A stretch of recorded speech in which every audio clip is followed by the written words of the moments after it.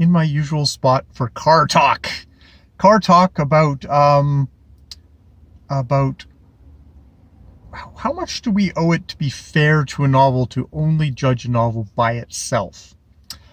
This comes up for me because I've been reading Anthony Trollope throughout this year, and I did the rookie mistake, to quote Linoleum Knife's Dave White, and I read Lady Anna, published in 1974, and then this month I've been reading Orley Farm, published in 1962.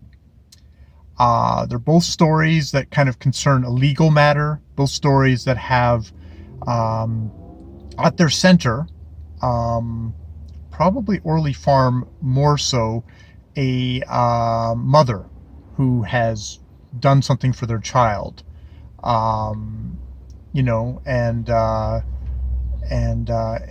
one case it is probably a lot more righteous than the other. And in both cases, in Lady Anna, it's Lady Anna, the daughter, who's kind of how she responds to what her mother has done. And in Orley Farm, it's the son who responds to what his mother has done. In both cases, sort of the next generation not accepting what the earlier generation of woman has done. And the problem is that wow, I had a lot more positive of a reaction to Lady Anna, the later work. The legal stuff is kind of, well, there's just a whole thing with legal stuff in Orley Farm where a part of it almost seems to be saying that Trollope's putting forward a position of, did you know that lawyers fight for their clients whether they're innocent or guilty? And even when they're guilty, they don't counsel their clients to just immediately, they don't actually even want to know if their clients are innocent or guilty, because they just want to fight for their clients. It's not about the truth. It's not about justice. It's all about which legal team can do the better job. It's like, oh my goodness. It's like, isn't this a terrible thing? And I'm unconvinced that it is a terrible thing. There is a character, more elderly, there's a couple of characters actually in Orley Farm who really seem very shocked that it's not all about the truth.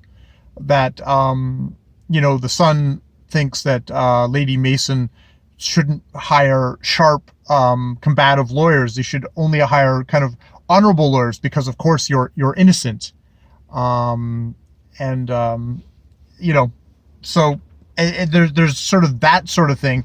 But I think the key thing that really hammers it home to me is that in Lady Anna, Countess Lovell is a strong and vibrant character who fights and does everything in her power, even though she's like actually kind of on the side of righteousness for a good hunk of it. But when her daughter makes her decisions, she really fights. She really fights, kind of dirty in a way, but is such a vibrant and striking character. Is quite an amazing character. But with Orley Farm, Lady Mason kind of spends a lot of the novel being racked with guilt and kind of going wah about all the stuff that she's done and how she's just feels terrible about it, and she can't tell her son, and she's very much more she's weepy about it. While at the same time she actually is actually making a point of kind of gathering. There are ways that she's gathering her forces. But it's always kind of undercut, and there's always this thing of, there's almost this thing of like, in Lady Anna, you get the sense of like the males are the honorable creatures, and the females are kind of like, are morally are morally not that great. There is one, Edith Orme, Sir Peregrine's daughter-in-law, is actually kind of the the house angel as it was, but Peregrine Orme is horrible, is devastated when he finds out that Lady Mason is not that. That really just kills the old guy.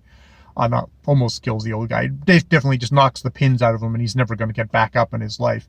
But it's like, am I being fair? That when I can't help but compare the two novels and find Orley Farm really wanting in comparison. There's also even just the idea of kind of the love triangle.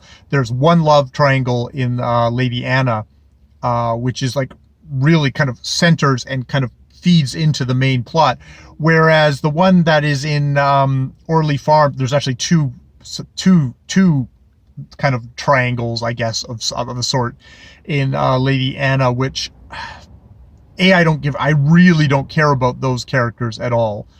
There's one, Felix Graham, who's just I find he contracts a girl to mold her into the perfect wife for himself, and that doesn't work out for him, but it's just like he's supposedly one of the moral ones who believes that, you know, he's a young lawyer who believes that we should only fight for innocent clients. It's just like, I hate him on a couple of accounts. So I mean, I think there's enough things. I think the reason why I start pulling up Lady Anna and comparing it to Orley Farm is because I do find Orley Farm a weak novel just on its own. It's not just because of the fact that it is I'm comparing it to Lady Anna. It becomes far more. I'm using Lady Anna to highlight how terrible, not how disappointing, I guess, Orley Farm is. Orley Farm is also built up to me as like one of the great standalone novels by Anthony Trollope, and it's like, nope, Lady Anna, Lady Anna. All right, so yeah, that's. I think I've cleared my conscience of that. I just wanted to have a little discussion. I'm going to try not to bring up Lady Anna too much in my discussion of Orley Farms. Maybe I'll just try and review it on its own, and maybe at the end just mention that Lady Anna is by far the superior novel to this one. All right, more videos later.